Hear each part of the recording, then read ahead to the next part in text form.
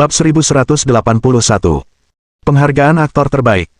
Lin Yi dan Kaya Mitsui memarkir mobil 20 meter jauhnya dan mengamati dengan cermat situasi di depan mereka. Pada saat ini, orang-orang di Land Cruiser dan Highlander keluar. Total ada 12 orang.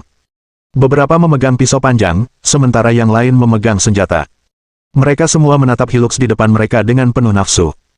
Beberapa menit kemudian, pintu mobil Hilux terbuka dan 5 orang dengan warna kulit berbeda keluar.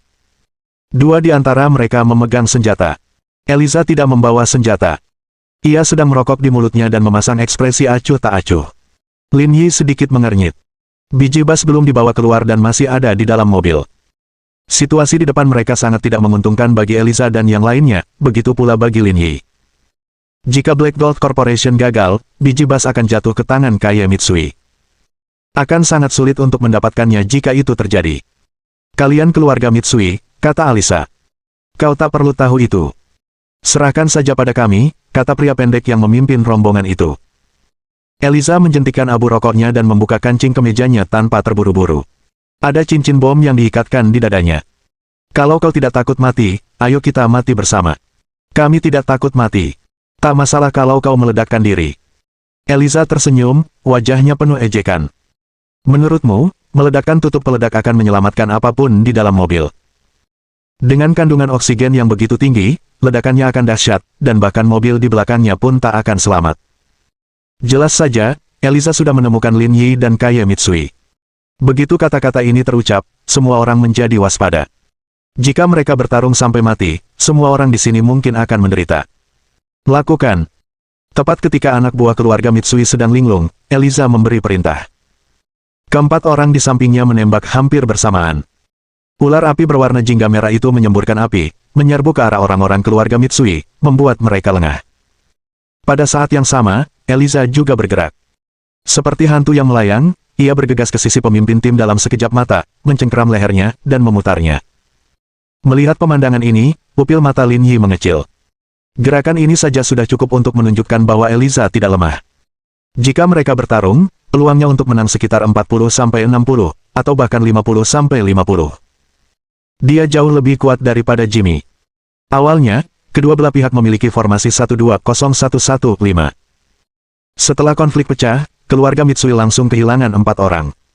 Di sisi lain, Black Gold Corporation selamat dan tidak kehilangan satu pun anggotanya dalam pertempuran tersebut. Dalam sekejap, kekuatan tempur kedua belah pihak menjadi sama. Meskipun keluarga Mitsui tidak lemah, Black Gold Corporation lebih kuat. Ditambah lagi fakta bahwa seseorang seperti Eliza yang memimpin tim, hasil seperti itu wajar saja. Namun dalam proses pertarungannya, Lin Yi menemukan sesuatu. Tim Mitsui juga telah menguasai metode pertarungan dengan mengerahkan kekuatan di dantiannya. Namun, Lin Yi tidak dapat menjamin bahwa tidak ada seorang pun yang dimodifikasi oleh serum urutan gen. Meski begitu, Black Gold Corporation masih memiliki keuntungan. Orang-orang keluarga Mitsui terkejut, dan aura Eliza menjadi semakin ganas. Dibandingkan dengan orang-orang yang dipaksa menghadapi ancaman kematian sepanjang tahun, jumlah laki-laki keluarga Mitsui masih kurang. Situasinya sepertinya tidak tepat. Tetap di dalam mobil. Jam 1 siang, turun dan periksa keadaan. Kaya Mitsui memegang Lin Yi dengan erat. Aku memang memintamu ikut karena aku ingin kau membantuku, tapi aku tidak mau memanfaatkanmu karena kau temanku. Situasi di luar terlalu berbahaya. Aku tidak mau kau pergi. Lin Yi berbalik dan menatap Kaya Mitsui dengan tulus. Karena kita berteman, jangan bicarakan hal lain. Karena ada masalah di pihakmu, tentu saja aku harus membantu. Ini aturan di Huaxia. Setelah itu, Lin Yi keluar dari mobil. Bahkan ia tersentuh oleh kemampuan aktingnya. Saya seorang aktor sejak lahir. Setelah keluar dari mobil, Lin Yi meluruskan raut wajahnya dan mengeluarkan kain dari balik pakaiannya. Ia menutupi wajahnya dan bergegas menuju Eliza. Saat ini, keluarga Mitsui sudah berada dalam posisi yang tidak menguntungkan. Setelah memasuki medan perang, Lin Yi segera menghampiri Eliza. Musuh dari musuh adalah teman. Sebenarnya, mereka berdua kini bersekongkol karena memiliki tujuan yang sama. Mereka tidak bisa membiarkan keluarga Mitsui berhasil. Lin Yi melakukan ini untuk menguji level Eliza karena tidak lama lagi mereka berdua akan bertarung sampai mati. Awalnya, ketika Eliza melihat Lin Yi, ia tidak menganggapnya serius. Ia ingin membunuhnya sebelum berurusan dengan orang lain. Namun, Setelah bertukar pukulan, ia menyadari bahwa level orang ini jauh lebih kuat dari yang ia bayangkan. Bahkan, ia sudah mencapai titik di mana ia bisa mengancamnya. Bok, bok, bok, bok, bok. Keduanya bertukar pukulan dan tendangan, dan tinju mereka mengenai daging. Mereka terkunci dalam pertarungan sengit. Saya tidak menyangka keluarga Mitsui punya ahli seperti Anda, tapi sayangnya, Anda bertemu saya hari ini. Saya akan mengutus Anda untuk bertemu Tuhan. Eliza semakin berani saat bertarung. Lin Yi bahkan curiga bahwa wanita asing ini bukanlah wanita sungguhan. Bahkan Jimmy pun tidak sekuat dirinya saat itu. Pantas saja dia bisa jadi anggota inti Black Gold Corporation. Levelnya memang bagus. Suara mendesing. Memanfaatkan kesempatan Lin Yi, Eliza menendangnya di dada. Tubuh Lin Yi terlempar dan menghantam Hilux. Jika orang biasa terjebak dalam tabrakan sedahsyat itu, mereka setidaknya akan muntah darah. Namun, setelah tulang Lin Yi diperkuat oleh sistem, jadi dampak sebesar ini tidak ada apa-apanya baginya. Sialan, hentikan dia. Lin Yi berteriak keras. Para pelayan keluarga Mitsui melihat situasi di pihaknya sedang tidak baik dan segera bergegas memberikan dukungan. Eliza mengabaikan Lin Yi. Situasi di depannya sepenuhnya berada di bawah kendalinya. Tak seorang pun bisa merebut biji itu darinya. Di tengah kekacauan itu, Lin Yi mengeluarkan ponselnya dan menyentuh kolong Hilux. Lalu, ia menempelkannya di celah di bawahnya. Seluruh proses itu memakan waktu kurang dari 5 detik, dan tidak ada yang menyadari apa yang dilakukan Lin Yi. Setelah menyelesaikan misi, Lin Yi berhenti bertarung dan berlari menuju taksi. Melihat sosok Lin Yi yang menjauh, Eliza tidak mengejarnya. Misi utamanya adalah melindungi biji besi dan memperdagangkannya dengan Yushi Mitsui. Ia tidak mengkhawatirkan hal lain selama biji besi itu baik-baik saja. Kaya Mitsui terhuyung kembali ke mobil dengan panik. Apa kabar? Apakah lukamu serius? Wanita ini terlalu kuat. Aku benar-benar tidak bisa mengalahkannya. Jika aku terus bertarung, aku mungkin akan mati. Batuk, batuk, batuk. Lin Yi berpura-pura batuk beberapa kali, tetapi karena lukanya tidak serius, tidak ada darah sama sekali, yang memengaruhi kualitas penampilannya. Tidak perlu. Ayo cepat pergi. Kaya Mitsui selalu melihat gambaran besar. Dalam pertempuran ini, bahkan Lin Yi pun kuat, jadi tidak ada gunanya tinggal di sini. Itu tidak akan memengaruhi hasilnya. Ayo pergi. Kalau kita nggak bisa menang, kita lari aja. Ini moto hidupku. Aku masih punya istri dan anak-anak yang menunggu untuk kuurus. Aku nggak bisa mati di sini. Petik 2. Bab 1182. Ambil kesalahan. Baiklah, ayo pergi. Lin Yi terengah-engah, tampak gugup. Seluruh pertunjukan penuh dengan detail, dan tidak ada tanda-tanda bahwa dirinya akan terungkap sama sekali. Pada titik ini, Kale Mitsui tidak lagi merasa berkonflik. Situasinya sudah di luar kendali. Mereka tidak bisa tinggal di sini lebih lama lagi.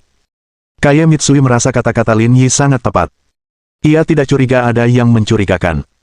Dia tidak pernah menjadi pahlawan. Dia tidak akan impulsif atau melakukan hal bodoh. Dunia persilatan itu berbahaya. Jika tidak berhasil, mereka akan mundur. Ini adalah pilihan paling cerdas. Ayo cepat pergi. Jangan khawatirkan apa yang terjadi di depan. Saya ingin membantu, tapi orang asing itu terlalu hebat. Dengan itu, Lin Yi masuk ke mobil dan pergi, secara bertahap meninggalkan pusat konflik. Kaya Mitsui bersandar tak berdaya di mobil. Bahkan Lin Yi pun tak berdaya, apalagi orang-orang yang tersisa yang dikirim oleh keluarga Mitsui. Rencananya gagal. Kali ini, Yushi Mitsui berhasil. Akan sangat sulit untuk mengganggu kesepakatan lainnya. 1 jam kemudian, Lin Yi berkendara kembali ke Toyo dan tiba di hotel. Akan tetapi, dia hanya tinggal di dalam mobil tanpa ada niat untuk kembali ke kamar. Karena dia sudah terbongkar, dia tidak perlu bersembunyi lagi. Jadi, tidak ada gunanya kembali ke hotel. Yushi Mitsui mungkin sudah tahu tentang ini sekarang. Sebelumnya, dia bersembunyi di hotel untuk menghindari pelacakan. Jika pihak lain menemukannya, orang-orang dari Black Gold Corporation pasti akan waspada. Mustahil bagi mereka untuk menggagalkan kesepakatan saat itu. Baiklah, aku mengerti. Kirim seseorang untuk memeriksa situasinya. Hubungi aku segera setelah ada kabar. Sepanjang perjalanan, Kaya Mitsui terus berbicara dengan Yoshika Higashino, mencoba memahami situasinya. Sayangnya, Yoshika Higashino juga tidak dapat menghubungi siapapun di tempat kejadian. Mereka semua tahu dalam hati bahwa peluang tidak berpihak pada mereka. Jangan buang-buang energimu, kata Lin Yi. Kirim saja beberapa orang untuk mengumpulkan mayat-mayat itu secepatnya. Dengan karakter orang-orang itu, mustahil mereka membiarkan siapapun hidup. Jangan terlalu naif. Aku tahu, aku tidak punya banyak harapan lagi. Kaye Mitsui menatap Lin Yi. Tuan Lin, terima kasih untuk hari ini. Tidak apa-apa, akulah yang berinisiatif membantu. Lagi pula kita kan teman, sudah sepantasnya aku membantumu, kata Lin Yi serius. Apakah lukamu serius? Ayo kita ke rumah sakit untuk pemeriksaan. Tidak perlu pergi ke rumah sakit. Dengan tubuhku, aku bisa selamat dari luka-luka ini.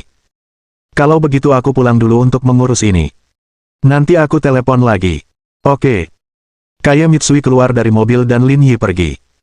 Anak buah Yushi Mitsui segera melihat Kaye Mitsui. Mereka semua sangat terkejut. Kapan dia keluar?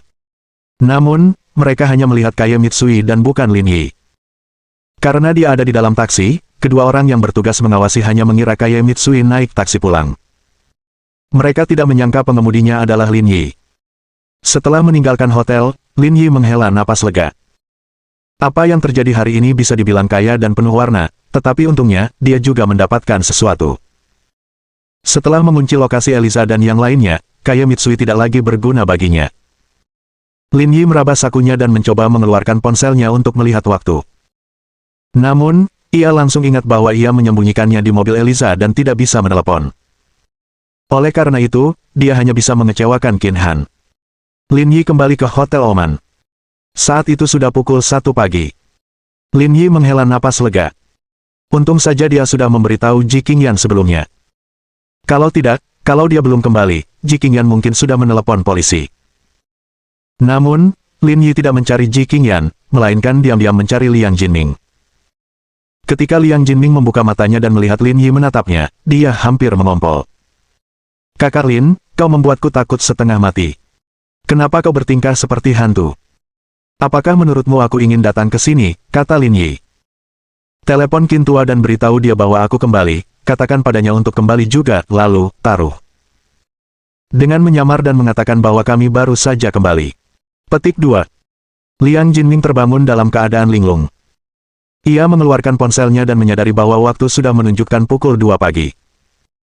Saat ini, saya sangat penasaran bagaimana saudara Qin menghabiskan waktu di negara asing. Telepon saja dan tanyakan. Liang Jinming mengeluarkan teleponnya dan menghubungi nomor Qin Han. Saudara Qin, di mana kamu? Jangan bicara omong kosong. Aku menemukan kafe internet dan sudah berada di sini selama 3 jam, geram Qin Han. Aku tidak tahu kapan Lin Yi akan kembali, rasanya aku harus tinggal di sini malam ini. Saudara Qin, saya punya kabar buruk untuk Anda. Saudara Lin sudah kembali.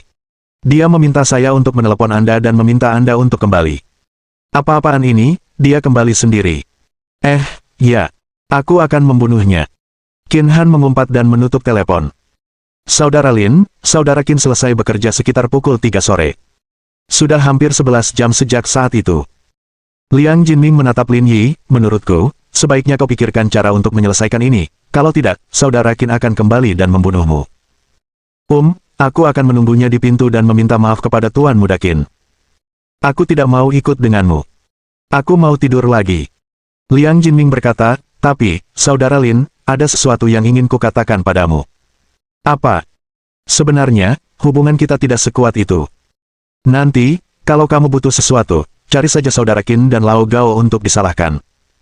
Aku lemah, aku tidak sanggup menanggung beban ini. Apa yang kamu takutkan? Ketika kamu punya istri nanti, aku akan membantumu menanggung kesalahannya. Kurasa aku tidak membutuhkannya. Kamu masih muda. Kamu terlalu tidak berpengalaman. Lin Yi berkata, baiklah, tidurlah lagi. Aku akan menunggu Qin Han. Matikan lampunya untukku. Setelah meninggalkan kamar Liang Jinming, Lin Yi pergi ke lantai pertama. Setelah menunggu sekitar 20 menit, dia melihat Qin Han muncul di pintu masuk hotel dengan taksi. Tuan Muda Qin, ayo, aku akan membukakan pintu untukmu, kata Lin Yi sambil tersenyum. Saudara Lin, aku mohon padamu untuk berbelas kasih, lain kali, carilah Gao tua atau Liang tua. Aku tidak mungkin satu-satunya yang dimanfaatkan, kan? Kemampuan akting mereka terlalu buruk. Hanya peraih Oscar sepertimu yang bisa melakukan pekerjaan ini. Betapapun hebatnya aku, kau tidak bisa memaksaku berakting setiap hari, kan, kata Qin Han. Bicaralah dengan hati nuranimu dan katakan padaku, sudah berapa kali aku disalahkan untukmu sejak kita bertemu. Seingatku, setidaknya ada 10 kali. Angkanya mungkin lebih dari itu. Aku merasa umurku akan dipersingkat. Tenang, tenang. Kamu juga bisa punya Koenigsegg Agraer. Qin Han memutar matanya ke arah Lin Yi. Macan tutul tidak bisa mengubah bintiknya. Pergi, pergi, pergi. Naik ke atas dan tidur. Besok aku akan cari beberapa gadis dan atur agar kalian bisa mandi di pemandian air panas. Karena kamu begitu tulus, aku tidak akan berdebat denganmu, kata Qin Han. Jangan mengecewakanku dengan pilihan gadis-gadisnya. Jangan khawatir, Tuan Muda Qin pasti akan puas. Baiklah, aku mau kembali dan tidur. Aku ngantuk banget. Tuan Muda Qin orang baik. Jaga dirimu.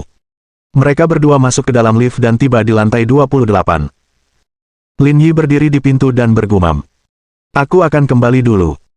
Qin Han melambaikan tangannya dan menguap sebelum berjalan menuju kamarnya. Namun, saat dia berani berbalik, dia mendengar Lin Yi berkata, "Sial, kalau kejadian kayak gini lagi, jangan cari aku sialan. Aku masih harus tidur sama istriku." Qin Han. Bab 1183. Seluruh ceritanya dibuat-buat. Lin Yi mengabaikan Qin Han dan membuka pintu. Namun, ia tidak langsung masuk. Malah, ia mengumpat di luar. Hentikan omong kosongmu itu. Lain kali, cari saja orang lain yang kau mau. Aku tidak akan membantumu lagi. Kalau bukan karena reputasiku yang baik, orang-orang mungkin akan mengira aku main-main. Itu benar-benar pilihan teman yang buruk. Kau hampir mencoreng reputasiku yang berharga. Dengan itu, Lin Yi mendengus dan menghilang ke dalam ruangan. Qin Han. Di mana pisauku? Sekembalinya ke kamar, Lin Yi menyadari Ji Qingyan tidak tidur, melainkan sedang duduk di tempat tidur dan membaca buku. Rambutnya yang panjang tergerai di bahu dan tergerai alami. Kacamata tanpa bingkai bertengger di hidungnya yang ramping, membuatnya tampak sangat anggun dan cantik. Hah? Sudah larut malam, kenapa kamu belum tidur? Tanya Lin Yi. Bukankah kamu bilang akan pulang terlambat? Aku hanya ingin menunggumu. Ji Qingyan melambaikan buku di tangannya. Buku ini cukup menarik. Semakin banyak aku membaca, semakin bersemangat aku. Setelah itu, ia turun dari tempat tidur. Mau kemana? Kenapa baru pulang sekarang? Sudah lewat jam 2. Kenapa ribut-ribut begini? Mengganggu istirahat semua orang. Sudahlah, jangan dibahas. Waktu aku keluar sore tadi, aku ketemu mantan pacar Qin Han. Dia emosi banget dan ngotot ngajak aku minum. Aku minum terus sampai sekarang. Aku jengkel banget. Bukankah itu agak berlebihan? Dia sesedih ini hanya karena bertemu mantan pacarnya. Dia bilang padaku kalau dia cinta sejatinya dan dia nggak akan nikah sama orang lain waktu itu. Tapi siapa sangka, mantan pacarnya malah nikah sama orang lain, cowok pendek dan pecundang dari negeri kepulauan ini. Mentalnya hancur setelah itu. Lin Yi mendesah. Dia bahkan menangis dan mengatakan kepadaku bahwa dongeng itu semua bohong dan dia tidak akan pernah mencintai lagi. Kenapa Qin Han begitu menyedihkan? Aku ingat terakhir kali dia mengajakmu mabuk juga karena mantan pacarnya, kata Ji Qingyan. Secara teori, orang seperti dia, tuan muda kaya dengan penampilan yang baik, bahkan yang pernah kuliah di luar negeri, seharusnya punya banyak gadis di sekitarnya. Dia seharusnya tidak seperti ini. Mungkin aku kurang pintar. Kenapa aku begitu menyedihkan? Aku harus jadi tempat sampah emosinya setiap saat. Tidak ada yang bisa kita lakukan tentang ini. Sebagai saudara, bukankah kita harus berbagi berkat dan kesulitan bersama? Kita tidak bisa hanya meminta imbalan. Kita juga harus saling membantu bila diperlukan. Memang, bukan masalah besar kalau saudara saling membantu dan saling menanggung kesalahan. Begitu ya? Ji Qingyan menguap. Aku agak ngantuk. Ayo mandi. Sudah lewat jam 2. Tentu saja. Ji Qingyan kembali ke kamarnya, dan Lin Yi pergi ke kamar mandi untuk mandi. Ketika dia kembali, dia mendapati Ji Qingyan telah tertidur. Lin Yi tidak berani membuat terlalu banyak keributan dan dengan hati-hati merangkak ke tempat tidur. Namun, Lin Yi tidak tidur. Matanya terpaku pada langit-langit. 10 menit kemudian, napas Ji Qingyan mulai teratur, menandakan ia tertidur lelap, tetapi Lin Yi tidak bergerak. Ia masih terbaring di sana seperti mayat. Setengah jam kemudian, Lin Yi baru yakin kalau Ji Qingyan benar-benar tertidur. Lin Yi diam-diam menggeser kaki Ji Qingyan ke samping dan diam-diam turun dari tempat tidur. Ia menemukan ponsel Ji Qingyan di meja samping tempat tidur. Ini adalah langkah paling penting dalam rencana Lin Yi. Dia menyembunyikan teleponnya di mobil Elisa. Meskipun tidak dirancang untuk digunakan sebagai pelacak, telepon tersebut masih memiliki fungsi pelacakan dasar.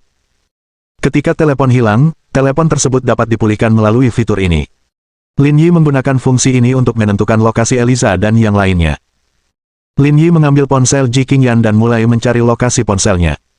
Pada akhirnya, ia menyadari bahwa lokasi telepon itu berada di suatu tempat bernama Honda Auto. Lin Yi mencarinya di peta. Lokasinya sekitar 130 km dari Hotel Oman. Kecuali jika terjadi sesuatu, Elisa dan yang lainnya harus ada di sana. Lin Yi. Panggilan lembut yang tiba-tiba itu mengejutkan Lin Yi. Tiba-tiba dia berbalik dan mendapati Ji Qingyan sudah bangun dan sedang menatapnya lurus-lurus. Kamu nggak tidur. Kenapa kamu bangun? Aku ingin tahu kenapa kamu tidak tidur tengah malam. Apa yang kamu lakukan dengan ponselku? Kamu tidak memeriksa pesanku, kan? Ji Qingyan sama sekali tidak marah. Sekalipun marah, ia tetap peduli dengan penampilannya. Jarang sekali ada pasangan yang bisa bersama. Bagaimana mungkin? Apa kau pikir aku tidak percaya pada karaktermu? Lin Yi tersenyum canggung. Lalu kenapa kamu tidak tidur tengah malam? Kenapa kamu melihat ponselku?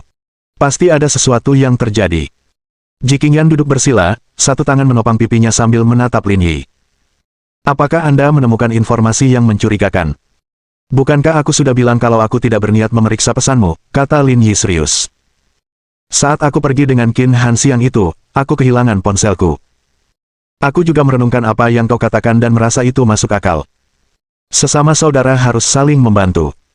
Jadi, aku mengambil ponselmu dan ingin meneleponnya.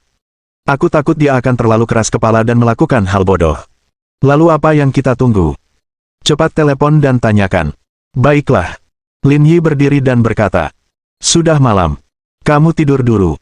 Aku akan keluar dan meneleponnya untuk menyampaikan belasungkawa. Kenapa harus keluar untuk mengurusnya kalau kamu bisa mengurusnya di sini? Kalau kamu nggak bisa menghiburnya, serahkan saja padaku. Lagi pula, aku juga perempuan, dan aku mungkin lebih efektif daripada kamu. Oke. Lin Yi bersiap dan menghubungi nomor Qin Han. Apa katamu? Kau mau mati? Kamu sakit parah. Kamu benar-benar mau bunuh diri demi seorang wanita.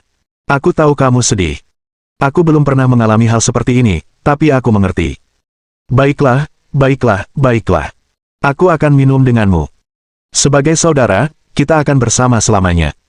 Aku akan menemanimu malam ini. Kita tidak akan pulang sampai mabuk. Qin Han, persetan dengan nenekmu. Lin Yi menutup telepon dan berkata pada Ji Qingyan. Aku tidak menyangka Qin Han begitu tergila-gila. Dia bahkan ingin bunuh diri setelah masalah sekecil itu. Untungnya, aku menelepon tepat waktu dan membujuknya untuk berhenti. Kalau tidak, pasti ada sesuatu yang benar-benar terjadi. Lalu apa yang kita tunggu? Ayo kita pergi dan memeriksanya. Dia buru-buru bangun dari tempat tidur, mengambil mantel, dan memakainya. Kita harus membujuknya tentang ini. Dia tidak boleh bingung hanya karena masalah sekecil ini. Dia masih punya masa depan cerah, dan aset keluarga Qin menunggunya untuk diwariskan. Lin Yi mendesah. Ji Qingyan menggelengkan kepalanya. Sebelumnya, kupikir anak orang kaya seperti Qin Han pasti playboy. Aku tidak menyangka dia begitu setia. Ini sungguh langka. Aku salah paham. Cepat pergi dan temui dia. Melihat ekspresi serius Ji Qingyan, Lin Yi menahan senyum di hatinya dan mengumpat dalam hati. Orang macam apa Qin Han itu? Semua yang kukatakan itu cuma rekayasa. Bab 1184. Alatnya sudah siap. Jangan, tenanglah. Lin Yi maju untuk membujuknya. Jangan pergi. Aku yang pergi. Aku terutama ingin membantumu. Kita semua sudah cukup akrab. Setelah kejadian sebesar ini, aku akan terlihat kedinginan kalau terus-terusan di kamar. Aku tahu maksudmu, tapi pikirkanlah. Ini bukan hal yang mulia sejak awal. Lagi pula, Qin Han lebih menghargai reputasinya daripada nyawanya. Kalau sampai ketahuan orang lain, dia pasti tidak akan tahan.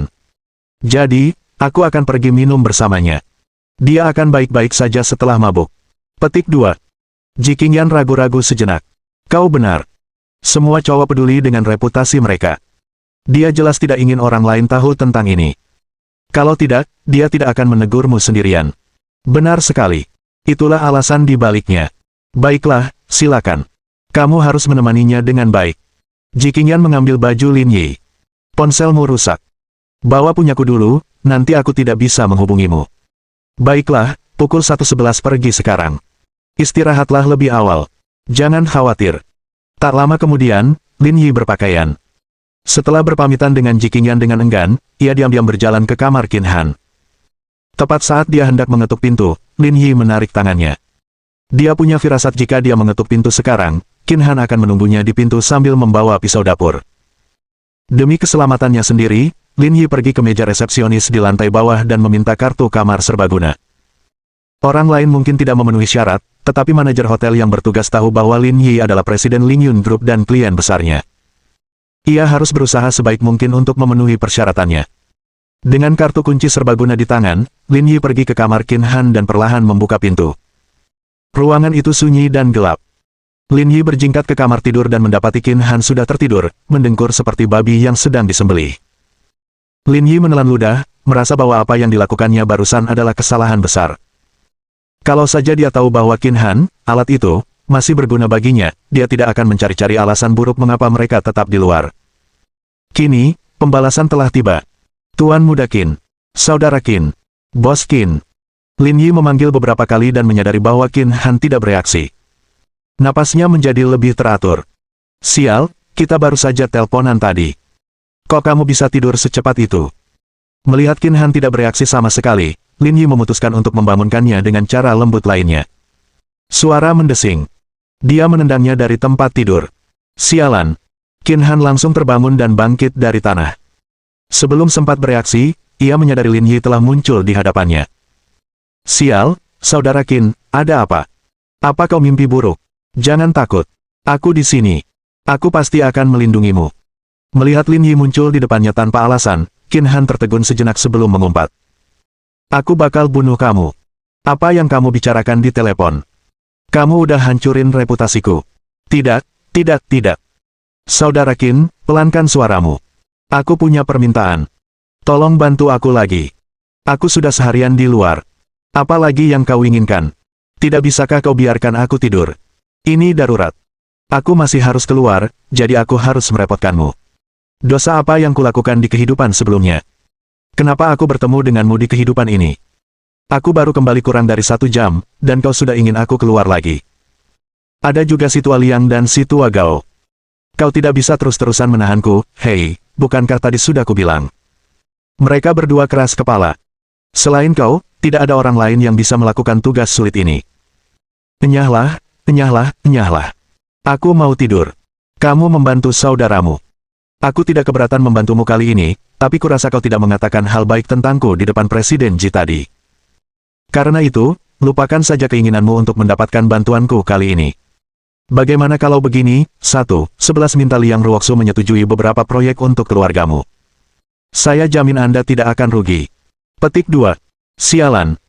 Qin Han berdiri dan mengumpat, kalau aku benar-benar menerima ini, aku ini apa, ya? Baiklah, anggap saja aku kurang beruntung. Pantas saja ayahku selalu bilang kau bukan orang baik. Dia benar-benar tepat sasaran. Qin Han bangkit dan mengenakan pakaiannya sebelum pergi bersama Lin Yi. Setelah masuk ke taksi yang terparkir di luar pintu, Lin Yi memasang sabuk pengaman dan mencari tempat bernama Honda Uto di peta. Ia mempercepat lajunya dan bergegas. Setelah mengemudi selama lebih dari 10 menit, Lin Yi memarkir mobilnya di pinggir jalan.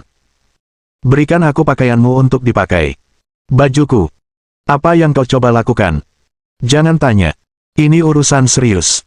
Melihat ekspresi serius Lin Yi, Qin Han tidak bertanya lebih jauh. Ia melepas sepatu fansnya dengan santai dan menukarnya dengan Lin Yi. Ini dia. Lin Yi tidak mengatakan apa-apa dan melihat celana Qin Han. Apa-apaan ini? Apa yang kau lakukan? Qin Han menutupi selangkangannya dan berkata, Jangan mesum begitu, aku tidak kekurangan wanita, kata Lin Yi, lepaskan celanamu juga, percuma saja mengganti sepatu. Apa sih yang sedang kamu coba lakukan? Penting. Jangan tanya. Cepat lepaskan. Lin Yi tidak membuang waktu lagi dan mulai melepas celananya. Untungnya, ukuran mereka semua hampir sama, jadi tidak menjadi masalah bagi mereka untuk bertukar pakaian. Tepat saat mereka berdua berganti pakaian, seorang polisi yang sedang berpatroli malam lewat. Ia terkejut melihat dua pria setengah telanjang buru-buru melepas celana mereka. Ia langsung menoleh dan pergi sambil mendesah. Anak muda zaman sekarang. Di dalam mobil, mereka berdua sudah berganti pakaian dan tidak menyadari kalau ada yang melihat mereka. Sejujurnya, selera Presiden Ji cukup bagus. Pakaian yang dipilihkannya untukmu terlihat bagus untukku. Nanti aku akan menyuruhnya membelikanmu beberapa potong sebagai kompensasi. Lin Yi juga merasa bahwa dia terlalu kejam dan siap memberi kompensasi yang pantas kepada Qin Han. Itu kesepakatan, kata Qin Han. Aku ikut keluar denganmu dan juga berganti pakaian denganmu. Seharusnya ini cukup, kan? Lin Yi mengangguk dan menyerahkan 200.000 yen. Mengapa kamu memberiku uang? Ada warnet di dekat sini. Pesanlah kamar. Kamu bisa pakai uangnya untuk beli sekotak mie instan dan air mineral. Sisa uangnya mungkin cukup untuk beli sekotak rokok. Kak, aku teman baik, kan? Aku nggak bisa cari hotel buat tidur. Tengah malam begini, siapa sih yang mau pesan penginapan di kafe jam segini? Klise, kata Lin Yi. Tidur di hotel pagi-pagi sekali itu untuk yang lemah. Warnet adalah tempat yang seharusnya dituju orang kuat. Itulah arena yang sesungguhnya. Enyahlah, enyahlah. Qin Han kemudian dikirim tanpa ampun ke kafe internet oleh Lin Yi.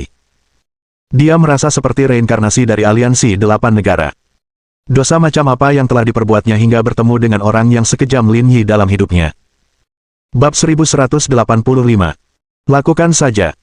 Setelah mengatur segalanya, Lin Yi tidak terburu-buru untuk pergi. Ia masih perlu bersiap. Meski sudah berganti pakaian, namun separuh wajahnya masih terlihat saat bertarung dengan Elisa. Kalau dia masuk seperti ini, dia pasti sadar kalau dialah yang memasang pelacak itu. Jika dia menghubungi Yushi Mitsui lagi, dia akan bisa menghubungkan masalah ini dengan Lin Yi dengan sangat cepat. Jika itu terjadi, Lin Yi tidak akan aman. Sebagai kota yang lebih makmur daripada Zonghai, tidak perlu khawatir tidak dapat membeli apapun di sini pada dini hari. Hanya saja pilihannya akan kurang selektif. Lin Yi melaju ke toko serba ada 24 jam dan berhenti di bagian mainan. Awalnya, Lin Yi ingin membeli topeng badut dengan gaya yang sama dengan pria berbaju hitam itu. Rasanya aneh sekaligus misterius. Namun, pada akhirnya, dia membeli topeng Ultraman 3. Bukan karena Lin Yi punya alasan untuk ini, tetapi karena ia tidak punya pilihan lain. Karena satu-satunya topeng yang tersisa adalah Sailor Moon. Setelah membayar, Lin Yi masuk ke mobil sambil membawa topeng. Lalu, dia menunjuk ke wajahnya dan menghibur dirinya sendiri. Selama kamu tidak malu, orang lainlah yang malu. Setelah semuanya beres, Lin Yi mempercepat laju kendaraannya menuju Honda Auto. Dalam perjalanan, Lin Yi menelepon Kaye Mitsui. Halo, siapa ini? Kaye Mitsui tidak tahu siapa penelepon itu. Ini aku. Ponselku mati. Aku meneleponmu dari ponsel orang lain. Nada bicara Kaye Mitsui berubah saat dia mendengar suara Lin Yi. Oh, aku tahu, tapi sudah larut malam. Kamu belum tidur. Aku nggak bisa tidur. Aku mau tanya soal situasi di sana. Timnya pasti sudah hancur, kan? Mereka semua terbunuh. Mayat mereka dibuang di hutan di kedua sisi jalan raya. Mereka semua terluka parah. Semuanya dilakukan dengan sangat profesional. Apakah pihak lawan kehilangan anggota? Saya tidak yakin soal itu. Saat orang-orang kami tiba, semua pasukan sudah tewas. Tidak ada yang melaporkan informasi relevan, tapi semua itu tidak penting. Kami masih berusaha mencari cara untuk mengatasi ini. Kalau begitu, kamu bisa melanjutkan pekerjaanmu. Aku tidak punya kontribusi apapun. Hati-hati. Oke. Terima kasih, Tuan Lin. Selamat malam. Lin Yi menutup telepon dan melanjutkan mengemudi tanpa suara. Jika anak buah Mitsui bisa menipiskan kelompok lawan, akan lebih mudah baginya untuk bertindak nanti. 1 jam kemudian, Lin Yi melaju ke tujuannya. Ia menyadari ada kawasan wisata di dekat sana, dikelilingi deretan villa. Lingkungan di sekitarnya sangat asri.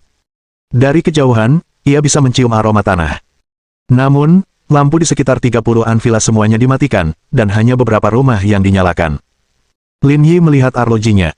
Sudah jam 3 pagi dan orang-orang ini masih belum tidur. Apakah mereka sedang berolahraga?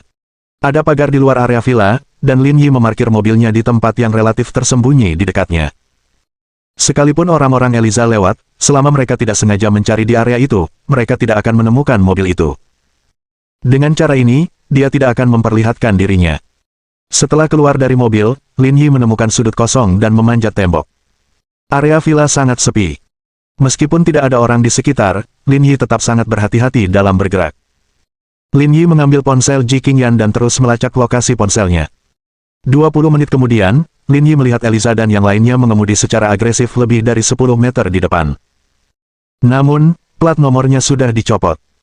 Ini persis seperti yang dilakukan para tersangka di Huaxia. Lin Yi dengan hati-hati mencondongkan tubuh dan bersandar di jendela di bawah sinar bulan yang dingin. Ia bisa mencium aroma samar darah di dalam mobil. Lin Yi samar-samar menduga bahwa Eliza pasti menderita beberapa cedera selama pertempuran. Namun, tidak seorang pun tahu berapa banyak kerugian yang sebenarnya mereka derita. Setelah mengunci lokasi yang tepat, Lin Yi tidak mengambil kembali teleponnya. Dia mungkin masih harus melacak pergerakan orang-orang ini di masa mendatang. Meninggalkan ponselnya di mobil tetap akan berguna. Lin Yi melihat sekeliling dan merasa bahwa Eliza dan yang lainnya benar-benar kasar. Mereka memarkir mobilnya di sini dengan begitu berani. Mereka sama sekali tidak peduli dan tidak punya kesadaran diri. Mereka harus belajar satu atau dua hal dari Fakir dan Usyk. Tidak ada yang lebih dari itu. Sambil menyimpan teleponnya, Lin Yi berjalan menuju villa di sampingnya. Lampu-lampu di villa sekitar padam semua, tak ada jejak yang tertinggal di pinggiran. Masih agak mustahil untuk menentukan di mana Eliza dan yang lainnya bersembunyi dari petunjuk di luar. Dengan tenang, Lin Yi berjalan menuju villa terdekat. Melalui jendela, ia mendapati bagian dalamnya bersih seperti baru dan tidak tampak berpenghuni. Setelah menyingkirkan satu, Lin Yi berjalan menuju villa lainnya. Ketika mereka menemukan ruangan keempat, dia melihat bawahan Eliza di aula. Namun setelah meliriknya, Lin Yi segera menarik kembali pandangannya dan bersembunyi di bawah dinding. Karena salah satu pria berkulit hitam sedang berjaga malam, dan 3 orang lainnya sedang beristirahat. Namun, pemandangan di dalam agak aneh, membuat Lin Yi curiga. Meskipun villa itu dekat dengan kawasan wisata, dekorasinya bagus. Selain penjaga malam, 2 orang lainnya berbaring di sofa dengan patuh. Salah satu dari mereka bahkan terbalut perban. Ia pasti terluka saat perkelahian itu. Namun, yang tersisa terlempar ke tanah dengan sembarangan. Posturnya juga sangat aneh dan bengkok. Dilihat dari sudut manapun, ia tidak terlihat seperti orang normal. Secara samar-samar, Lin Yi menduga orang yang tergeletak di tanah itu kemungkinan besar sudah mati. Itu hanyalah mayat. Total ada 4 bawahan. 1 tewas dan 1 lagi terluka. Ini berarti masih ada 2 orang yang bisa bertarung. Jika tidak ada yang salah, pertempuran akan berakhir dalam 10 detik. Level pasukan keluarga Mitsui masih lumayan. Mereka tidak seburuk itu. Memikirkan hal ini, Lin Yi mendongak. Dia memiliki gambaran kasar tentang situasi di villa itu. Dilihat dari situasi saat ini, ketiga bawahan yang selamat sedang beristirahat di lantai pertama, sementara Alisa berada di lantai 2 bersama para biji. Rencana ini sepenuhnya sejalan dengan karakter orang-orang yang haus darah tersebut. Jika kecelakaan yang tak dapat dihindari benar-benar terjadi, orang-orang di bawah akan menjadi umpan meriam bagi Elisa. Dia bisa mengambil biji itu dan pergi dengan cepat tanpa menimbulkan dampak berarti terhadap kepentingannya sendiri. Setelah mengetahui situasi di dalam, Lin Yi mulai memikirkan strategi untuk menghadapinya. Dia bisa memikirkan cara untuk meledakkan Hilux mereka dan memancing orang-orang di lantai pertama keluar. Dia kemudian bisa memanfaatkan kekacauan itu untuk menjatuhkan mereka dan merebut kembali biji besi itu. Ini akan jauh lebih aman. Kedua, ia bisa menyamar sebagai salah satu anak buah Yushi Mitsui dan menurunkan kewaspadaan mereka. Lalu, ia bisa tiba-tiba menyerang dan membuat mereka lengah. Itu akan menghemat banyak waktu dan tenaganya. Namun, masalahnya adalah ia tidak memiliki hubungan dengan Yushi Mitsui, sehingga sangat sulit baginya untuk menyamar sebagai bagian dari pihak lain. Setelah memikirkannya, Lin Yi merasa kedua rencana itu cukup baik. Namun, ia menemukan beberapa kekurangan di kedua rencana itu. Untuk sesaat, ia tidak tahu harus berbuat apa. Sialan. Lin Yi berdiri dan mengumpat. Menyebalkan sekali. Lakukan saja. Kenapa kamu terlalu banyak berpikir? Bab 1186. Sakit hati bagi penjahat untuk sesaat. Setelah mengambil keputusan, Lin Yi mengenakan topengnya, berjalan ke pintu, dan menendangnya hingga terbuka. Suara keras itu membuat orang-orang yang tidur di lantai 1 terkejut. Bahkan mereka yang sedang beristirahat di sofa pun langsung bangun. Namun, Lin Yi tidak memberi mereka kesempatan untuk bertindak. Ia mengeluarkan pisau bedah dari pinggangnya dan melemparkannya ke orang yang duduk dari sofa. Seluruh rangkaian gerakan itu hanya berlangsung kurang dari sedetik. Dalam sekejap, pisau bedah itu menembus dahi pria kulit putih itu dan membunuhnya di tempat. Orang-orang lainnya bahkan tidak punya waktu untuk bereaksi. Pada saat ini, Lin Yi sudah bergegas ke sisi penjaga malam dan menendangnya. Suara mendesing. Penjaga malam terlempar mundur dan menabrak tembok, menghancurkan TV di belakangnya. Persetan. Penjaga malam memegangi dadanya, tetapi dia segera berdiri. Namun, Lin Yi tidak memberinya waktu untuk bereaksi. Sosoknya bagaikan kilat, dan dalam sekejap mata, ia sudah berada di depannya. Lin Yi kemudian mencengkeram lehernya dan mematahkannya. 8 detik. 2 orang anak buah Eliza tewas di tangan Lin Yi. Pria yang terluka di sofa itu menatap Lin Yi dengan ketakutan. Kakinya terluka, dan ia pada dasarnya lumpuh di hadapan Lin Yi. Ia tidak bisa bereaksi sama sekali. Lin Yi tidak berkata apa-apa. Setelah berbalik, ia bergegas menuju pria yang terluka di sofa dan mematahkan lehernya. Seluruh rangkaian gerakan dilakukan dalam satu aliran, dan memakan waktu kurang dari 20 detik. Lin Yi mendecakkan bibirnya. Cara membunuh seperti ini terlalu berlebihan. Situasinya mendesak, dan Lin Yi tidak ingin membuang waktu lagi. Ia mengambil pisau bedah dan bergegas ke lantai 2. Akan tetapi, saat ia baru saja mengambil pisau bedah itu, sebelum ia dapat melakukan apapun, ia melihat Eliza berjalan turun dari atas. "Bagaimana kamu menemukan tempat ini?" tanya Eliza dengan suara rendah. "Aku ingin bijihnya." Lin Yi merendahkan suaranya. "Itu ada di tanganku, tapi aku tidak bisa memberikannya kepadamu." Lin Yi tidak membuang waktu lagi berbicara omong kosong dan langsung menyerang. Sebuah tinju langsung menuju wajah Eliza. Tiba-tiba, Eliza menyadari ada sesuatu yang salah. Pria di depannya jauh lebih terampil daripada yang dia bayangkan. Jika keluarga Mitsui memiliki ahli seperti itu, mengapa mereka tidak mengirimnya sejak awal? Mungkinkah dia dikirim oleh Yushi Mitsui? Apakah dia mencoba mengambil keuntungan dari situasi tersebut? Kedua pertanyaan itu terlintas dalam benak Eliza, dan kemudian tinju Lin Yi berada tepat di depannya, tidak memberinya waktu untuk berpikir. Bok, bok, bok, bok, bok. Keduanya bertukar pukulan. Hanya dalam setengah menit, keduanya bertukar lebih dari 10 gerakan. Setiap pukulan mengenai daging, dan tak seorang pun dapat menahannya. Lin Yi terkejut. Mengapa wanita ini begitu tangguh? Bagaimana dia bisa menerima begitu banyak pukulan? Mungkinkah dia dari Thailand? Adapun Eliza, dia juga terkejut. Level Lin Yi membuatnya benar-benar bingung. Dari mana dia berasal? Semenit kemudian berlalu, dan mereka berdua masih terkunci dalam pertarungan sengit. Akan tetapi, napas Eliza menjadi sedikit tidak teratur. Saat tinjunya mengenainya, rasanya seperti menghantam pelat besi. Sakit sekali. Pada saat ini, Lin Yi dapat dikatakan telah mengerahkan segenap kemampuannya tanpa menahan diri. Dia melancarkan pukulan sekuat tenaga. Suaranya terdengar jelas membelah udara. Eliza memiringkan kepalanya dan menghindari serangan Lin Yi. Ia membalas dengan tendangan terbang tajam. Lin Yi tidak menghindar. Ia mengangkat tangan kirinya dan dengan kuat menangkis serangan Eliza. Pada saat yang sama, tangan kanan Lin Yi berubah menjadi cakar elang dan meraih pergelangan tangan Eliza, menariknya ke depannya. Dalam sekejap, Eliza kehilangan keseimbangan dan terhuyung. Lin Yi telah memanfaatkan kesempatan itu. Lin Yi menjambak rambutnya dan melemparkannya ke meja kopi kaca. Ledakan. Menabrak. Meja kopi langsung hancur, sementara Eliza memperlihatkan ketahanan alaminya dengan kulitnya yang tebal. Kepalanya berdarah, tetapi dia tidak cacat. Lin Yi ingin terus menyerang, tetapi Eliza selangkah lebih cepat.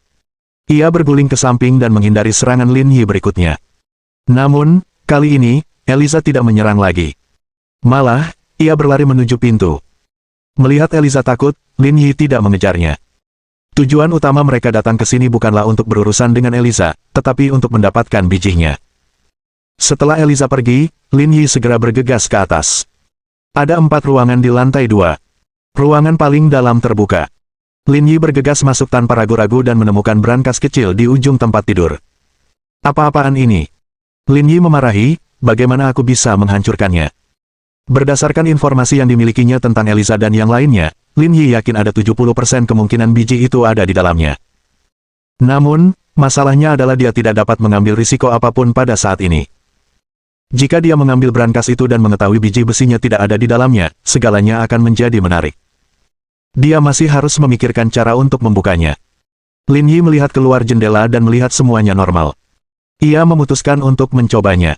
Lin Yi mengambil brankas itu dan menyadari kalau brankas itu cukup berat. Hal ini juga secara tidak langsung mencerminkan sebuah masalah. Brankas ini ternyata tidak simen yang dibayangkannya. Dia menyentuh punggung bawahnya dan mengeluarkan belati master pertahanan lainnya, bersiap untuk mencobanya. Akan tetapi, saat Lin Yi hendak menusuk untuk melihat seberapa efektifnya, dia tiba-tiba menyadari ada sesuatu yang salah. Dia mengambil brankas itu lagi dan membaliknya. Bagian bawah brankas itu berwarna hitam, dan tampaknya tidak ada sesuatu yang aneh padanya. Namun, Lin Yi masih menemukan beberapa petunjuk dan merasa ada yang tidak beres. Ia mengetuk pelan dan menyadari bahwa suaranya agak nyaring. Kemudian, Lin Yi mengetuk dinding kotak itu dan menyadari bahwa suaranya agak teredam. Suaranya berbeda. Bagian bawah kotak itu dicat kayu. Lin Yi merasa tidak enak. Apakah ini brankas sialan yang dibuat di pasar malam? Tanpa berpikir panjang, Lin Yi meninju ke bawah. Retakan. Tepat seperti dugaannya, papan kayu di dasar brankas hancur. Itu benar-benar kayu. Lin Yi tidak tahu harus tertawa atau menangis. Hatinya terasa sakit untuk penjahat itu sesaat. Para pedagang ini benar-benar hebat. Meskipun mereka beroperasi di dasar rantai makanan, mereka seharusnya tidak menggunakan papan kayu untuk menambal barang-barang seperti ini. Setelah menghancurkan semua kayu di bagian bawah kotak, ia menemukan kotak hitam di dalamnya. Lin Yi mengeluarkan kotak hitam itu, membukanya dan melihat batu seukuran kepalan tangan di dalamnya. Batu itu berwarna biru muda. Di bawah sinar bulan yang dingin, batu itu berkilau dengan kilau misterius. Meskipun dia belum pernah melihat benda aslinya, dia pernah melihat foto biji bas di Brigade Garda Pusat dan merasa bahwa inilah seharusnya benda itu. Selain itu, ada kemungkinan besar ini diambil dari tim 1. Namun, untuk berjaga-jaga, Lin Yi membungkuk dan menciumnya. Napasnya yang halus sedikit berubah. Perubahan ini disebabkan oleh perbedaan konsentrasi oksigen. Tidak diragukan lagi benda ini adalah sepotong biji bas. Dengan kotak hitam di tangan, Lin Yi melompat keluar jendela di lantai 2, bersembunyi di malam hari, dan menyelinap kembali ke mobilnya. Bab 1187.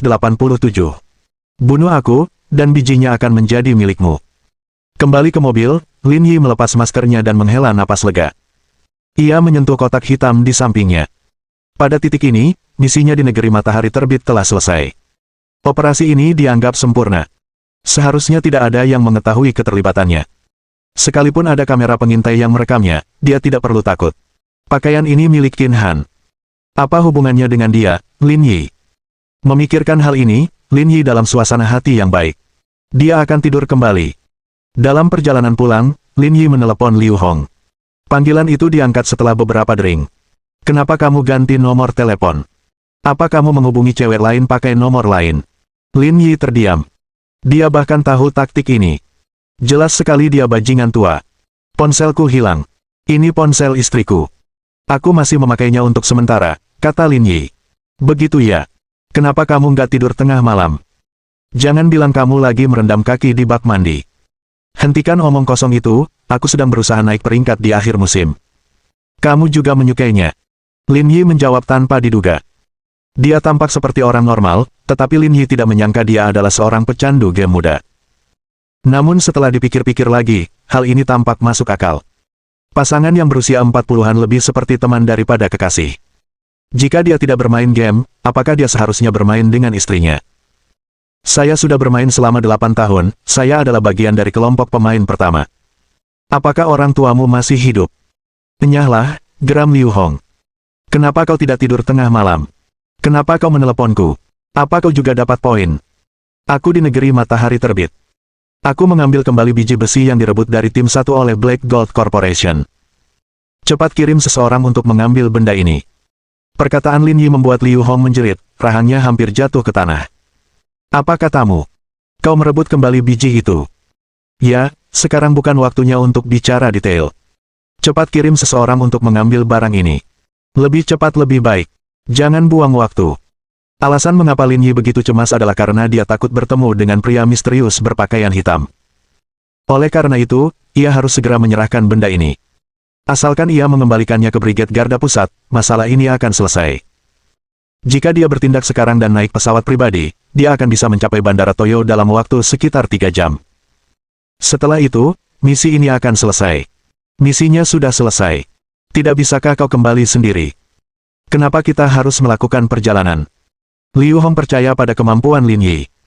Pertama, dia kuat, dan kedua, dia punya banyak rencana gila. Terkadang, dia bahkan bisa menaklukkan orang tanpa harus bertarung. Liu Hong yakin bahwa kemampuan tempur Lin Yi sendiri sebanding dengan seluruh tim.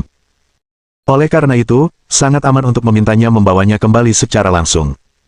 Ia tidak perlu bersusah payah. Saya di sini bukan untuk misi. Saya di sini untuk menemani istri saya berlibur dan menyelesaikan misi ini di sela-sela kesibukan. Nak, bisakah kau pertimbangkan kembali prioritasmu? Apakah menemani istrimu berlibur lebih penting daripada menjalankan misi? Dengan kekayaanmu, liburan sederhana seharusnya tidak begitu penting, kan? Maaf. Dibandingkan dengan misi ini, aku masih menganggap istriku lebih penting. Kamu benar-benar tidak punya rasa tanggung jawab sama sekali. Di mataku, tidak ada yang lebih penting daripada misi ini, termasuk istriku. Tidak bisa begitu. Istriku masih muda, baru berusia 20-an. Dia masih sangat cantik. Jangan terlalu sombong. Istriku adalah direktur Universitas Top 985. Sungguh, tidak banyak orang yang bisa dibandingkan dengannya. Istrimu luar biasa. Liu Hong mendecakkan bibirnya dan menggerutu, mengapa itu terdengar begitu aneh. Cepat. Jangan berlama-lama. Cepat kemari. Tidak aman meninggalkan benda ini bersamaku. Baiklah, aku akan mengatur seseorang untuk datang sekarang. Kita akan selalu berhubungan. Kirim lebih banyak orang ke sini. Lin Yi berhenti sebelum dia bisa menyelesaikannya. Dia melihat sebuah mobil mengikutinya dari jarak puluhan meter melalui kaca spion. Perasaan tidak enak muncul dalam hati Lin Yi, bahkan jantungnya berdetak lebih cepat. Saat itu masih pagi, dan tidak ada satupun mobil di jalan raya. Mobil di belakangnya melaju dengan kecepatan yang sama dengannya. Hal ini sungguh aneh. Saat memikirkan hal ini, firasat buruknya bertambah kuat dan kuat, membuat Lin Yi gelisah. Kenapa kamu diam saja? Ada hal lain yang perlu aku lakukan, tanya Liu Hong melalui telepon. Tidak untuk saat ini. Cepat kirim seseorang, kata Lin Yi dengan suara rendah, ekspresinya benar-benar berbeda dari sebelumnya. Baiklah, mari kita tetap berhubungan. Lin Yi tidak menanggapi dan menutup telepon. Ia melirik kaca spion dan mengunci mobil di belakangnya. Mobil itu adalah Civic Type R, model yang sama dengan mobil Li Chuhan. Kekuatan mobil itu jauh melampaui taksi yang dikendarainya. Kalau dia mau menyalip, cuma butuh beberapa menit. Dia nggak perlu ngebut sama kecepatannya untuk waktu yang lama. Kecuali jika dia salah, pengemudi itu adalah orang yang sebenarnya ada dalam pikirannya. Pada saat ini, Lin Yi memegang keuntungan. Tangki bahan bakarnya cukup untuk membawanya berkendara ke kota. Dengan kecepatan mereka saat ini, langit pasti sudah cerah saat mereka mencapai kota. Dengan kemakmuran Toyo, pada saat itu, para pekerja dan makhluk sosial pasti sudah mulai bergerak. Selama mereka mencapai tempat ramai, lawannya tak akan berdaya. Prosesnya mungkin mengasyikkan, tetapi juga harus mudah. Namun, Lin Yi tidak memilih pendekatan yang paling aman. Ia malah menginjak rem dan menambah kecepatan. Ia berputar 180 derajat di tempat hingga berhadapan dengan Civic Type R di belakangnya. Perubahan mendadak itu membuat mobil di belakang panik dan buru-buru menginjak rem. Suara yang menusuk telinga itu seperti pisau baja yang menggesek gendang telinga. Ban mulai berasap, dan akhirnya berhenti 5 hingga 6 meter di depan Lin Yi. Kedua pengemudi saling berpandangan, dan Lin Yi tersenyum. Memang benar pria berbaju hitam itu. Lin Yi membuka sabuk pengamannya dan keluar dari mobil dengan kotak hitam. Pada saat yang sama, pria bertopeng hitam keluar. Dia masih mengenakan topeng yang sama, memancarkan aura aneh yang sama. Angin dingin bertiup di antara mereka di jalan raya yang sepi. Keduanya saling berpandangan. Suasana hening dan mencekam. Itu dipenuhi dengan permusuhan yang intens dan niat membunuh. Aura Lin Yi kuat, tetapi pria berbaju hitam itu bagaikan karang di laut saat dia berdiri di sana tanpa bergerak. Aku tahu kau di sini untuk hal ini, dan aku sudah menduga kau akan muncul suatu saat nanti. Karena itu, aku sudah lama menantikan momen ini. Lin Yi menepuk kotak hitam itu dan meletakkannya di kap taksi. Kita sudah bertarung 2 kali sebelumnya, tapi kau berhasil lolos 2 kali. Kalau kau membunuhku hari ini, barang-barang di dalam kotak itu akan menjadi milikmu. Tapi, apakah kau bisa mendapatkannya atau tidak, tetap bergantung pada kemampuanmu. Bab 1188. Wajah asli pria berbaju hitam. Pria berpakaian hitam itu tetap diam seperti biasa. Namun, ia menggunakan tindakannya untuk mengekspresikan pikirannya. Dia mundur selangkah dan mengambil posisi, menunggu Lin Yi menyerang seperti biasa. Hal yang sama terjadi pada Lin Yi. Ini adalah ketiga kalinya mereka bertarung. Pria berbaju hitam itu bergerak dan melangkah maju, kaki kanannya menghentak tanah. Dengan sekali putaran, tubuhnya meledak dengan kekuatan dahsyat, dan tinju kanannya melayang ke arah wajah Lin Yi. Meskipun gerakannya biasa saja, kecepatannya luar biasa. Karena alasan ini, kekuatan yang terkandung di dalamnya juga meningkat secara eksponensial. Lin Yi tak berani gegabah. Ia sedikit membungkuk dan memukul siku pria itu dengan tangan kirinya, membuat pukulannya sedikit melenceng. Akan tetapi, gerakan kecil inilah yang mengubah lintasan serangan pria berpakaian hitam itu, menyebabkan tinjunya malah menyentuh telinga Lin Yi. Meskipun serangan pertamanya gagal, bukan berarti pria berjubah hitam itu tidak mendapatkan apa-apa. Dia sudah dekat dengan Lin Yi. Refleks pria berbaju hitam itu juga luar biasa. Ia mengangkat lututnya dengan cepat. Gerakannya tidak rumit, tetapi ia cepat, akurat, dan tanpa ampun. Lin Yi berkeringat dingin. Ia menarik tangan kirinya dan menurunkan lengan kanannya, dengan kuat menahan lututnya.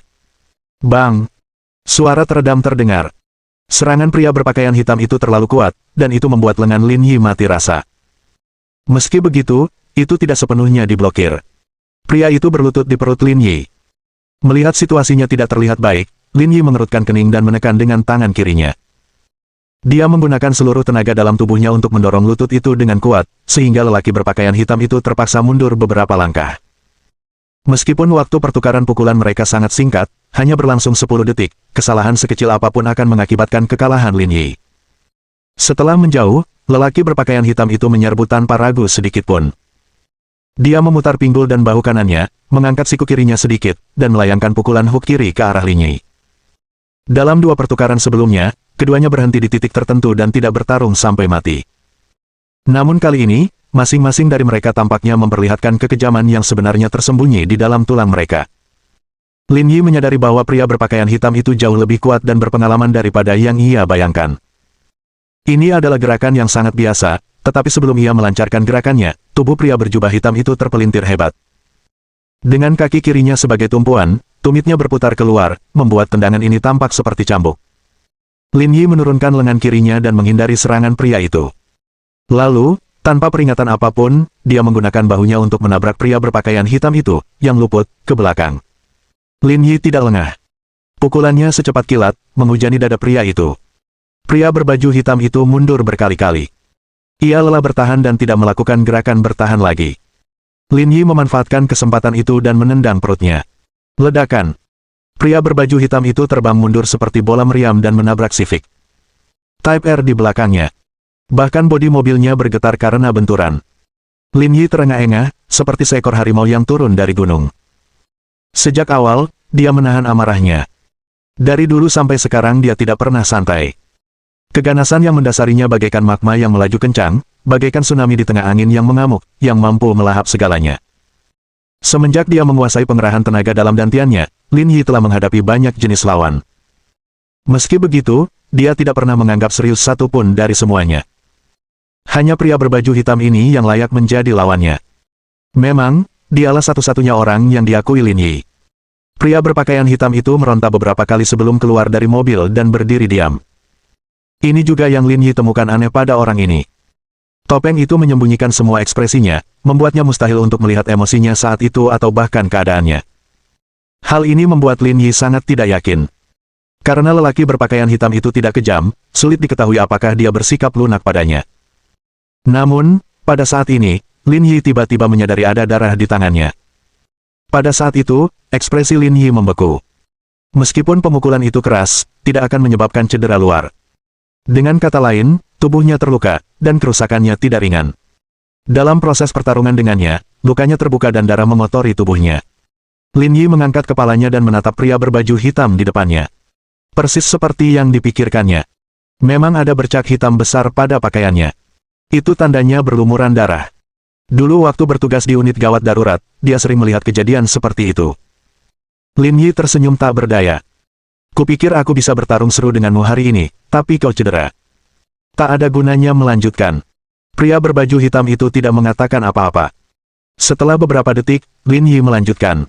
Sekian untuk hari ini. Kamu cedera, jadi kamu bukan tandinganku. Lin Yi meringis.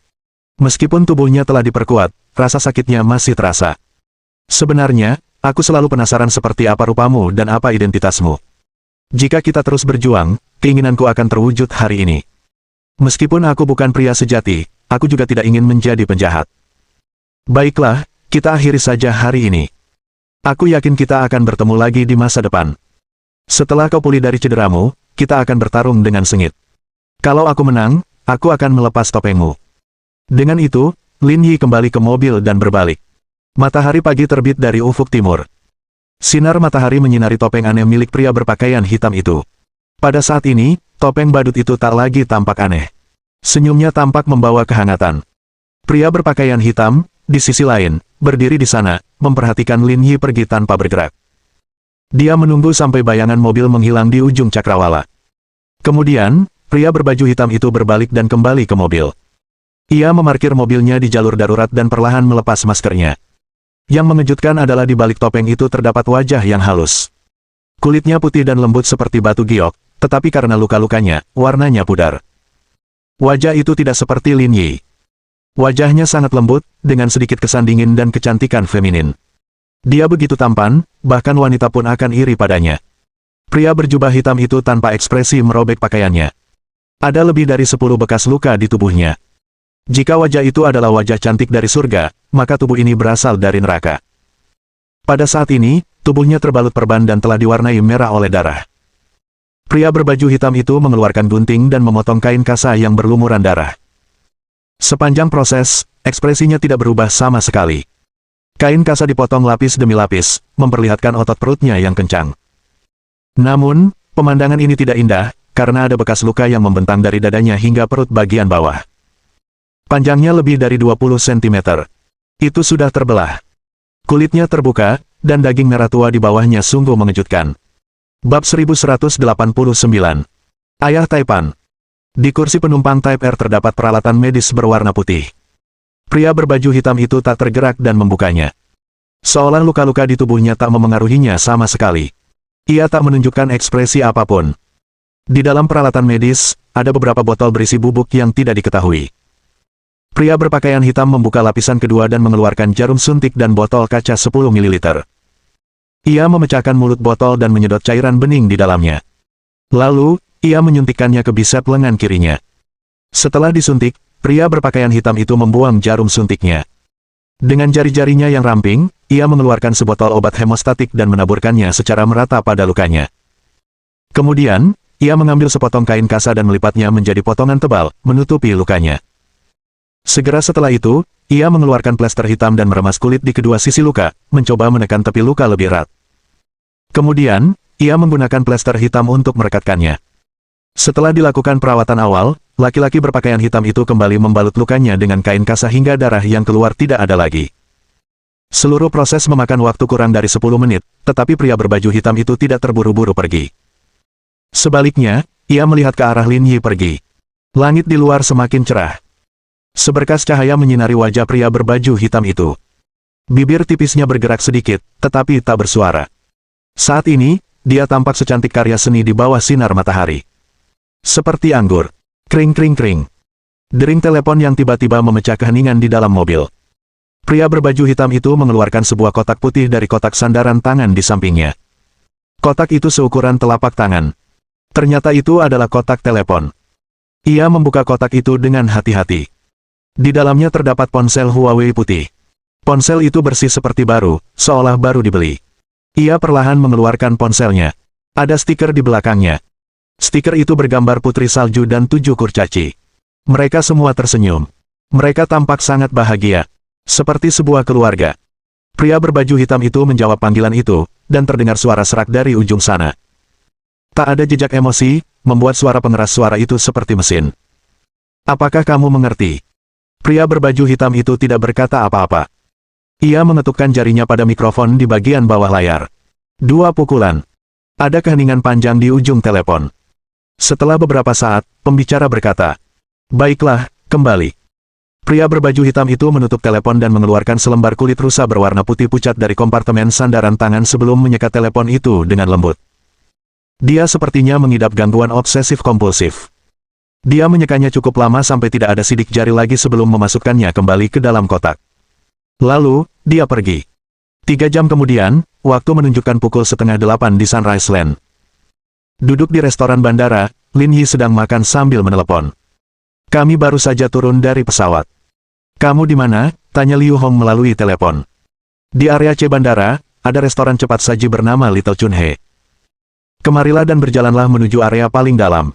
Kau akan melihatku." "Nak, aku heran kamu masih semangat makan. Mentalitasmu benar-benar luar biasa." Orang-orang butuh makanan seperti besi, dan makanan itu seperti baja. Kelaparan seharian itu menyebalkan. Karena kalian hampir sampai, aku sudah memesan makanan siap saji sebelumnya, jadi jangan bilang aku tidak menghormati pemimpin kita. Tidak, tidak, tidak. Aku tidak butuh rasa hormatmu. Tunggu saja aku di sana. Sekitar 20 menit kemudian, Lin Yi melihat Liu Hong, Qiu Yukio, dan Ning Che masuk. Mereka bertiga berpakaian sangat biasa saja, bahkan pakaian Ning Che pun tidak ada yang istimewa. Namun, seseorang tidak dapat menyembunyikan temperamennya. Sama seperti kakak keempat, tidak peduli seberapa sederhana pakaiannya, orang lain dapat langsung merasakan aura kuatnya. Hal yang sama berlaku untuk ketiganya. Liu Hong mengenakan celana panjang dan kemeja biru tua lengan pendek. Penampilan dan sikapnya mirip aktor utama dalam film laga Sunrise Land. Selama dia tidak berbicara, temperamennya yang agak buruk dan berminyak membuatnya tampak seolah-olah dia berasal dari negeri matahari terbit. Qiu Yukio mengenakan celana jeans biru dan sepasang sepatu AJ. Ia tampak seperti mahasiswa yang polos.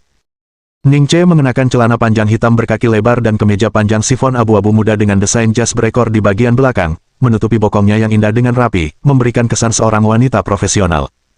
Mereka bertiga masuk dari luar. Orang-orang di restoran itu, entah sengaja atau tidak, menatap mereka.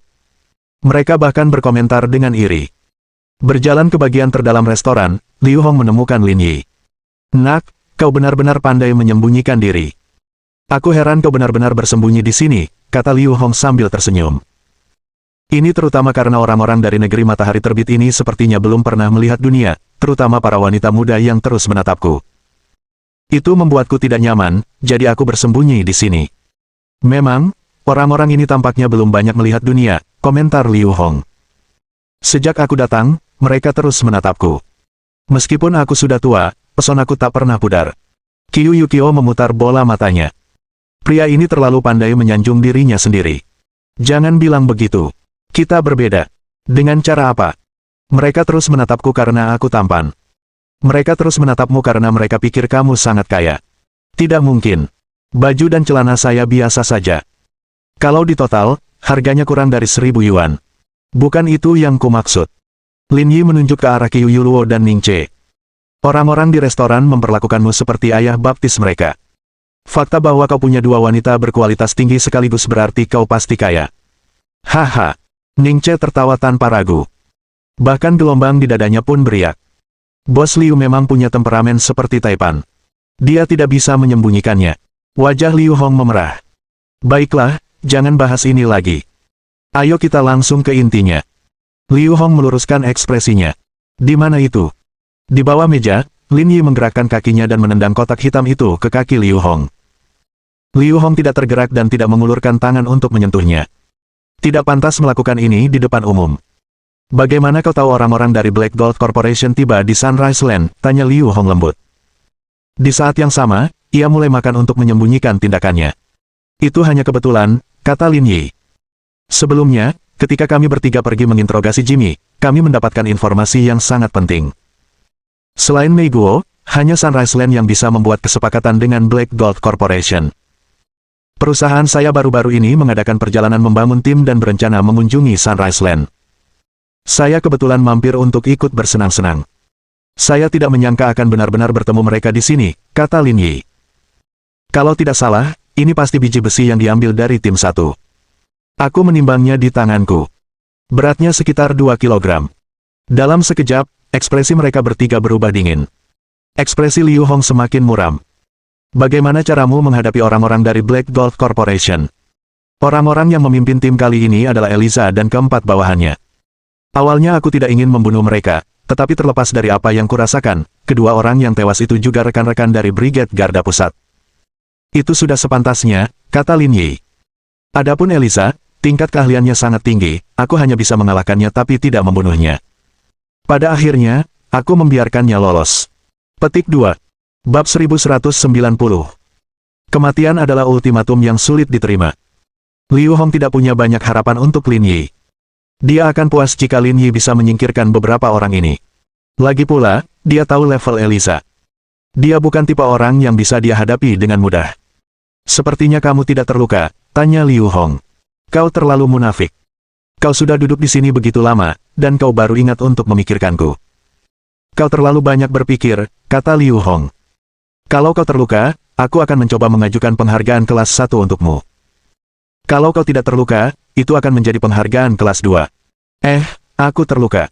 Tubuhku penuh memar. Kalau aku tidak mendapatkan kenyamanan dari layanan berjasa kelas 1, aku mungkin akan mati. Jangan bicara omong kosong denganku. Liu Hong mengambil kotak hitam di tanah. Sekian dulu. Kita kembali dulu. Kalau ada yang lain, kita bicara lagi. Baiklah, hubungi saya lewat telepon. Bos, kami jarang keluar, jadi kami tidak akan pulang bersamamu. Lagi pula, ada begitu banyak orang di sekitarmu, kata Ning Che. Liu Hong melihat waktu dan tanggal di ponselnya. Baiklah, tapi jangan tinggal di sini selamanya. Kembalilah setelah bersenang-senang beberapa hari. Karena rekrutmen sudah dimulai, kami butuh bantuan kalian. Tidak masalah. Hubungi saja kami, dan kami akan segera datang. Jika pria berpakaian hitam itu tidak muncul, Lin Yi mungkin khawatir terhadap Ning Che dan yang lainnya yang tinggal di sini. Namun, saat bepergian, mereka berdua bertengkar. Mustahil baginya untuk muncul lagi. Lagi pula, dengan Liu Hong di sekitar, mereka tidak akan menghadapi bahaya apapun. Bahkan jika kecelakaan itu benar-benar terjadi, itu tidak ada hubungannya dengan pria berpakaian hitam itu dan Lin Yi tidak dapat disalahkan. Setelah makan, dia melunasi tagihannya lalu keluar. Lin Yi melihat bahwa anggota lain dari Brigade Pengawal Pusat semuanya menjaga aula keberangkatan bandara, tetapi mereka semua tersebar di tempat lain, berpura-pura tidak saling mengenal dan tidak menampakkan diri. Namun, ketika mereka melihat beberapa dari mereka keluar, mereka secara tidak sadar melihat ke atas dan menunggu instruksi selanjutnya. Ning Che melirik Jiang Qing. Jiang Qing tertegun sejenak sebelum bereaksi dan berjalan ke sisi Ning Che. Kakak Ning, apakah kamu mencariku? Kita sudah mendapatkan barangnya. Biarkan mereka kembali. Kita akan bersenang-senang di Sunrise Land. Semuanya. Apa itu pantas? Aku masih punya misi yang harus diselesaikan. Aku akan kembali setelah selesai. Jiang Qing tidak memiliki banyak keberanian dan tidak berani bermalas-malasan seperti Ning Che. Kakakmu Lin sedang menemani istrinya berlibur di sini. Ayo kita numpang saja dengannya. Nanti kalau kita sendirian, pasti tidak seru. Saudari Ning, apakah kamu berniat mempermainkan saudara Lin? Tanya Jiang Qing sambil tersenyum. Benar sekali. Kakakmu, Lin, punya banyak trik tersembunyi. Dia jauh lebih berpengalaman daripada kalian dalam hal bersenang-senang secara fisik. Qiu Yuluo, Jiang Qing. Setelah menyelesaikan tugas masing-masing, semua orang berpisah. Namun, sebelum berangkat, Lin Yi membeli ponsel dan kartu SIM di bandara dan bersiap untuk menggunakannya sementara. Ada apa? Meskipun kita di Sunrise Land, kamu nggak perlu naik taksi, kan? Tanya Ning Che. Lebih mudah bagiku untuk bergerak. Kalau tidak, kita akan mudah terekspos. Setelah Lin Yi mengatakan itu, mereka bertiga teringat pada biji-biji itu. Saudara Lin, kau sungguh luar biasa. Kali ini, kau setidaknya akan mendapatkan satu lagi prestasi kelas 2. Kita satu angkatan, dan kau sudah menjadi ketua tim dengan 2 prestasi kelas 2, kata Jiang Qing iri. Kita sudah di sini selama 3 tahun, tapi baru saja menjadi ketua tim, kau benar-benar tahu cara mempermalukan kami, tahu, kata Qiu Yuluo. Perbandingan adalah pencuri kebahagiaan. Qiu Yuluo sekarang setuju bahwa mungkin bermanfaat untuk merekrut orang baru melalui wajib militer nasional. Dalam keadaan normal, jika bukan karena rekomendasi Yang Guangxia, Brigade Pengawal Pusat tidak akan memiliki kesempatan untuk mendapatkan seorang jenius seperti Lin Yi. Sekarang kampanye nasional telah dimulai, siapa yang tahu berapa banyak orang yang akan direkrut. Akan hebat jika ada pendatang baru setingkat monster seperti Lin Yi. Ngomong-ngomong, aku dengar Bos Liu baru saja membahas wajib militer nasional. Bagaimana kabarnya? Pengumumannya sudah dikeluarkan. Saya dengar hasilnya cukup bagus, tapi perkembangannya sepertinya tidak semulus itu, kata Qiu Yuluo. Ini tindakan resmi, jadi apa yang bisa salah? Tanya Lin Yi, seharusnya semuanya berjalan lancar kecuali ada yang keberatan. Memang benar, tapi banyak juga keluarga besar yang mempraktikkan teknik menggunakan dantian untuk bertarung. Wajib militer nasional untuk Brigade Garda Pusat secara tidak sengaja akan mengganggu kepentingan mereka, jadi ada banyak kebencian. Orang-orang di keluarga ini seharusnya dikirim oleh Brigade Garda Pusat saat itu. Itu berlaku untuk sekitar 70% dari mereka. Kalaupun tidak berlaku, setidaknya mereka sudah dilatih oleh Brigade Garda Pusat. Qiu Yuluo menyisir rambutnya dan berkata, tentu saja, ada pengecualian untuk semuanya. Ada juga beberapa yang belajar secara otodidak sepertimu dan telah mewariskan keahlian mereka sejak zaman dahulu. Orang-orang ini juga sangat kuat. Lin Yi mengerutkan bibirnya. Sebelumnya, Brigade Garda Pusat terutama merekrut anggota karena alasan ini, kan? Mereka menghindari penculikan orang dari tempat lain, kan? Kurang lebih, pendekatan kultivasi lokal kita sudah cukup untuk mendukung Brigade Garda Pusat sampai saat ini, kata Qiu Yuluo. Namun, tim 2 dan tim 3 kami hancur total. Ditambah dengan pengunduran diri tim 1, Brigade Garda Pusat kini benar-benar kehabisan tenaga. Kami tidak punya pilihan selain melakukan wajib militer paksa. Tapi apakah ada gunanya keluarga-keluarga setempat menentang? Tanya Lin Yi, bisakah mereka benar-benar menentang keinginan negara? Tentu saja tidak, tapi kamu harus mengerti bahwa ketika airnya jernih, tidak ada ikan. Lin Yi mengangguk. Dia tentu saja mengerti logika perkataan ini. Baik di masa lalu maupun masa kini, siapapun yang berasal dari Garda Pusat atau yang pernah dilatih oleh mereka, telah mengalami cobaan hidup dan mati, serta telah menyumbangkan keringat dan tenaganya bagi negara. Menyelaraskan diri dengan dunia, dan beradaptasi dengan zaman, itulah cara yang tepat untuk maju. Namun, keberatan mereka tidak valid, jadi wajar saja mereka akan keberatan.